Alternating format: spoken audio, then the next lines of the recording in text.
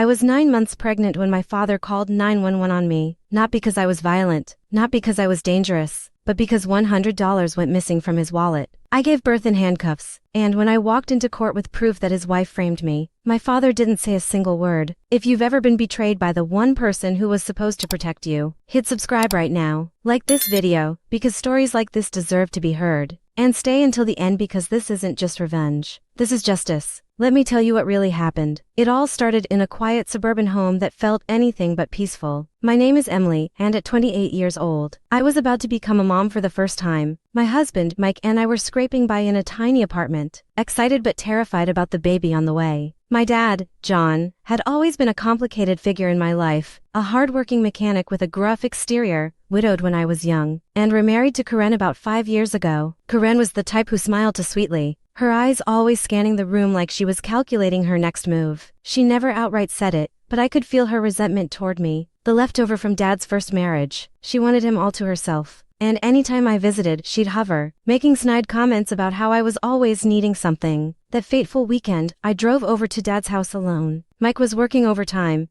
and I needed a break from our cramped space. My belly was enormous, my ankles swollen, and Braxton Hicks contractions were hitting me like warnings. Just a quick visit, I told myself, pulling into the driveway. Dad greeted me with his usual bear hug, but Karen lingered in the background, her lips pursed. We sat in the living room, chatting about baby names and how excited Dad was to be a grandpa. He pulled out his wallet to show me a photo of Mom from years ago, sentimental stuff that made my heart ache. That's when I noticed it, a crisp $100 bill peeking out. He tucked it away quickly, muttering about saving for a new tool set. The afternoon dragged on. I helped myself to some water in the kitchen, feeling a wave of fatigue wash over me. Karen was in there too, chopping vegetables with sharp, deliberate strokes. "You look tired, dear," she said, her voice dripping with false concern. "Maybe you should head home soon." I brushed it off, but something in her tone made my skin prickle. By evening, I hugged Dad goodbye and waddled back to my car, collapsing into the seat with a sigh of relief.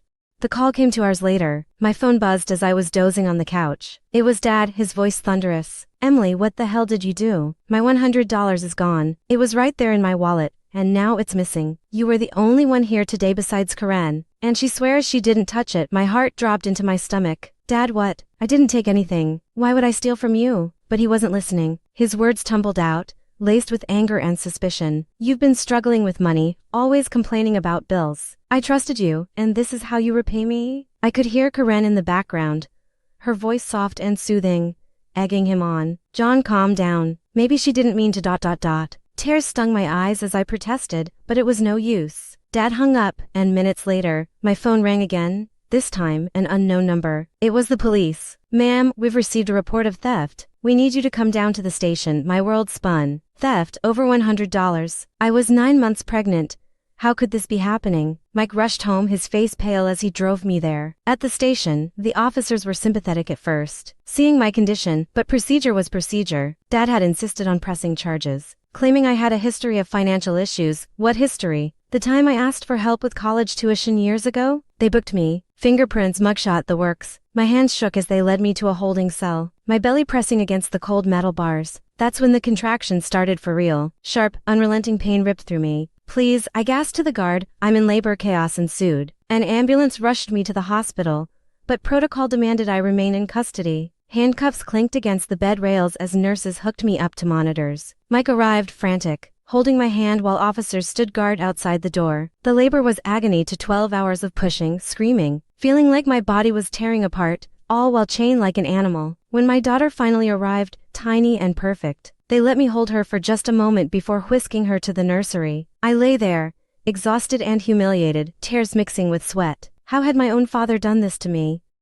The next few days were a blur. Released on bail, I cradled my newborn at home, but the charges loomed like a dark cloud. Theft under $500, a misdemeanor, but enough to stain my record, complicate my job, and worst of all, shatter my trust in Dad. He didn't call. No apologies, no check-ins on the baby. Karen answered when I tried reaching out, her voice smug. "He's too upset, Emily, give him space." Space. He'd ruined the birth of his granddaughter over pocket change. Rage simmered in me, hot and unrelenting. At night, nursing the baby, I'd replay the day in my mind. Why accuse me so quickly? Why not believe his own daughter? Then it hit me, Karen, her hovering, her quick denials. I started digging. First, I checked our home security app. nothing there. But Dad had cameras too. He was old school, though, with a cheap setup that recorded to a hard drive. I couldn't access it remotely, but maybe in court.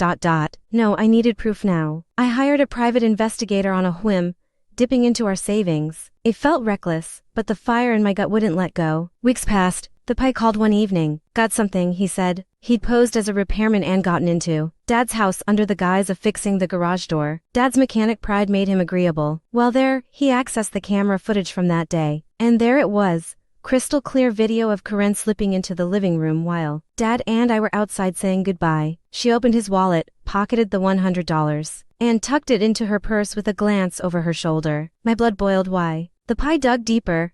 Turns out Karen had a gambling habit. Small baits online that added up. She'd been siphoning money from Dad for months. But this time, she needed a scapegoat. Me, the pregnant daughter always needing help. Armed with the footage, legally obtained, thank God, I prepared for court. My lawyer was thrilled. This is gold, he said. The hearing was set for a month after the birth. I walked in, still sore from delivery. My baby at home with Mike.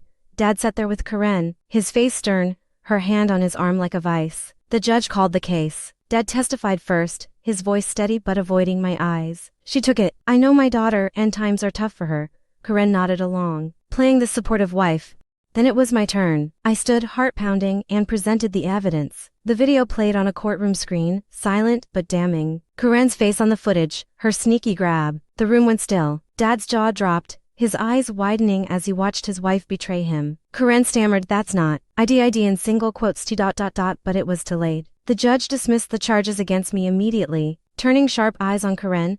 This looks like fraud and false reporting. We'll be investigating. Dad didn't say a word. He just stared at the floor, his shoulders slumping as the reality crashed down. Karen was arrested on the spot for theft and filing a false police report. As they led her away, she turned to him, pleading, but he wouldn't look at her. In the hallway after, he approached me, his voice a whisper. Emily, hi. I'm so sorry, but the damage was done. I nodded, tears in my eyes, and walked away. The fallout was swift and total. Dad filed for divorce that week. Karen's gambling debts came out in the proceedings, thousands owed. Hidden from him, he lost the house and the settlement, had to sell his tools to pay lawyers, and moved into a rundown apartment. His friends distanced themselves, ashamed of how he'd treated his pregnant daughter. Me, I cut ties, focusing on my family. The last I heard, he was alone, regretting the day he chose her word over mine. In the end, this wasn't just about $100, it was about trust, shattered and rebuilt on my terms. Sometimes justice comes not from anger, but from truth, cold, hard, and unforgiving. If this story hit home,